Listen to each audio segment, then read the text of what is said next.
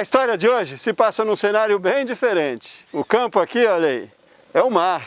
E o produtor é um maricultor. Leonardo Costa, ele produz ostras em Santo Antônio de Lisboa, um dos bairros mais encantadores de Florianópolis. E a história dele é uma das mais interessantes também.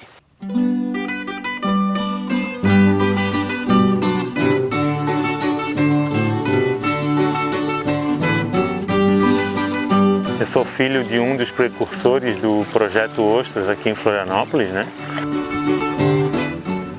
A história do Leonardo está muito ligada ao pai e à cultura deste lugar. Santo Antônio de Lisboa é um bairro muito visitado por turistas, é conhecido pela gastronomia, especialmente de frutos do mar, e guarda traços valiosos da colonização. Este foi um dos primeiros lugares a receber imigrantes açorianos no final do século XVII. A igreja de Nossa Senhora das Necessidades tem mais de 200 anos. A pesca é uma importante tradição do lugar. Primeiro com o marisco, que era retirado das pedras numa operação difícil e perigosa. Leonardo conta que foi por causa de acidentes e a morte de 2 pescadores que o cultivo começou a mudar. O pai dele e um amigo foram os precursores dessa mudança. Eles um dia conversando numa dessas coletas, tiveram a expertise de trazer um pouco de marisco a mais e montaram umas jangadas de bambu para que esse marisco ficasse dentro d'água e entender se ele grudaria ou não. A técnica deu origem à produção de outro fruto, nobre, uma iguaria, a ostra, a fonte de renda do Leonardo e da família. O pai trabalha com ele no mar, uma irmã no restaurante, na principal rua do bairro. Leonardo tem mais uma irmã, mas ela atua em outra área. Caio, como é mais conhecido o seu Luiz Carlos, trabalhava com outros tipos de carnes. Criava bois e suínos. Mudou a partir da oportunidade de trabalhar com ostras 30 anos atrás. Ele diz que participou inclusive da criação do Laboratório de Moluscos Marinhos da Universidade Federal de Santa Catarina, que fornece hoje as sementes aos maricultores. E numa oportunidade, ele e outros 2 produtores foram até a França para conhecer o sistema de criação de lá. Foi um intercâmbio em 2004. Um mês, lá em La Rochelle. A técnica dos chamados travesseiros, que ajuda a acelerar o crescimento das ostras, foi trazida de lá pelo seu Caio e adaptada para as condições daqui. É diferente lá o manejo do travesseiro. E aqui ele teve que fazer boiado, porque lá a maré seca. E aqui não seca tanto, né? Então eu tive que adaptar os canos em volta para poder ele boiar. Foi nesse processo de crescimento que surgiu o restaurante da família há mais de 20 anos. Uma iniciativa do pai para, como ele mesmo diz, encaminhar os filhos e ajudar a escoar a produção, que era uma novidade na época ainda. Então a gente tinha que mostrar a cara, mostrar o produto, né? Também mostrar o produto que quer vendendo, né? Entendeu? O maior consumo dessa produção são nas mesas do restaurante. E um percentual sai para uma rede hoteleira, um outro percentual sai para uma rede supermercadista e um outro percentual para os clientes consumidores que pegam a sacolinha e levam embora. A qualidade é uma grande preocupação do Leonardo. Toda ostra que sai da fazenda passa pelo serviço de inspeção.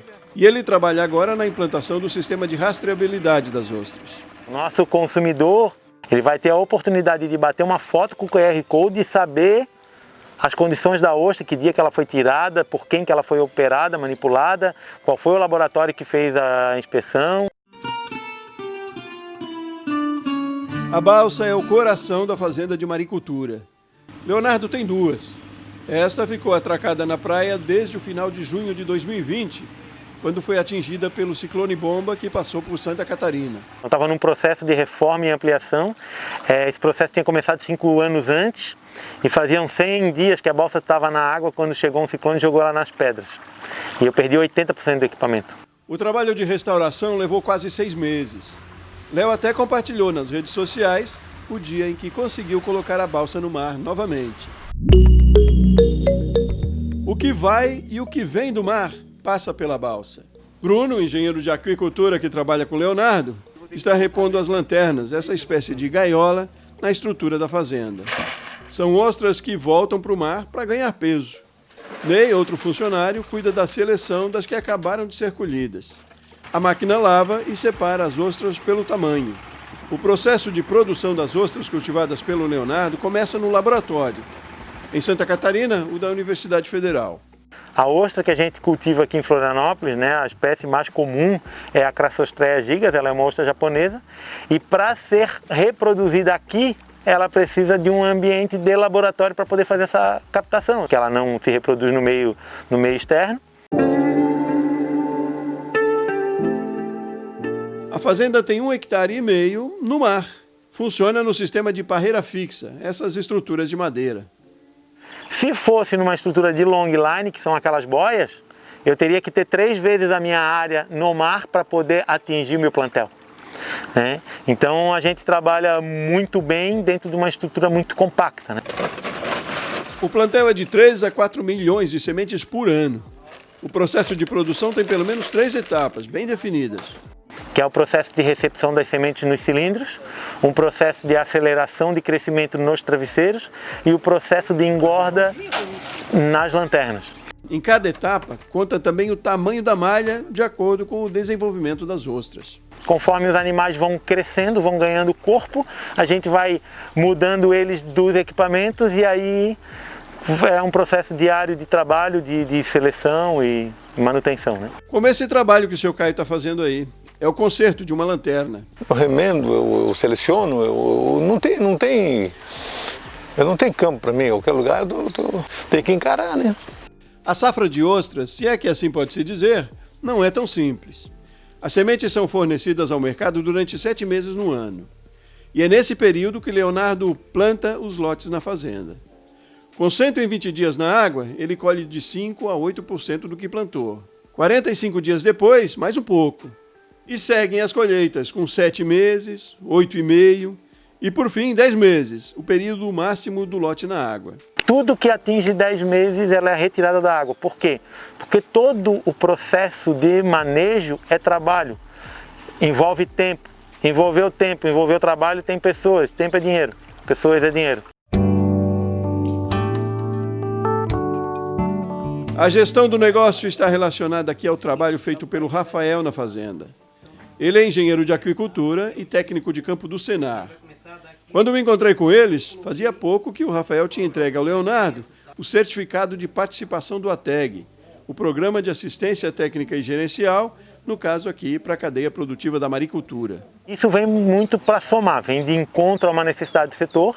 A gente vem cobrando muito dos órgãos e entidades um olhar para a nossa cadeia produtiva, né? Leonardo é coordenador da Câmara Setorial de Maricultura de Santa Catarina. Como representação, ele ressalta a importância da assistência técnica e das orientações sobre gestão para os maricultores. O processo de gestão, ele nos faz enxergar números, né? Mas principalmente ele nos faz enxergar os gargalos. Aquilo que está funcionando melhora, aquilo que não está funcionando elimina. Então é um divisor de águas, né? Faz 4 anos que o Leonardo aderiu ao ATEG. A gente começa uma nova fase do Senar, que é poder inserir a empresa também no atendimento do Senar quanto à questão da agroindústria, né? Então, é uma cadeia produtiva, ela precisa ser acompanhada, ela precisa ser monitorada. A defesa da categoria, a busca por resultados, a vontade de fazer, tornaram o Leonardo uma referência no setor. Eu não sou um cara que espero por alguém fazer, eu faço. Então, naturalmente, eu ocupei sempre um cargo de liderança, sempre fui líder do meu setor. É de criança o gosto do Leonardo pela maricultura. Ele se emociona quando fala da atividade e da parceria com o pai. Cara, ele trabalha comigo mais do que eu. E é esse o meu fator motivacional, né? Olhar para o velho e seguir para frente. É injeção de ânimo todo dia, toda hora. É muito bom, é muito bom. Leonardo é casado com Vanessa, que tem uma menina, a Emanuela. E ele tem uma relação muito próxima também com o João, um sobrinho de quem ele guarda um dos momentos mais marcantes da vida dele. Eu lembro de uma situação com ele, né? Ele estava na creche do lado do restaurante e várias crianças na janela e o João chamando, tio, tio, tio, tio. E aí os amiguinhos, ah, João, quem que é aquele ali? Aquele ali é o tio Nado, ele constrói coisas. Eu escutei a voz dele falando. E eu sabia que ele ia... Eu sabia que o que eu ia encontrar era aquilo ali. Tio, eu preciso, né? Preciso seguir esse legado. João tem 11 anos. É motivo de orgulho para o tio e de responsabilidade também. Eu vou ensinar ele como meu pai me ensinou, né? É a certeza da continuidade com os valores, os sentimentos, com a satisfação e eu diria mais, com uma boa dose de privilégio também.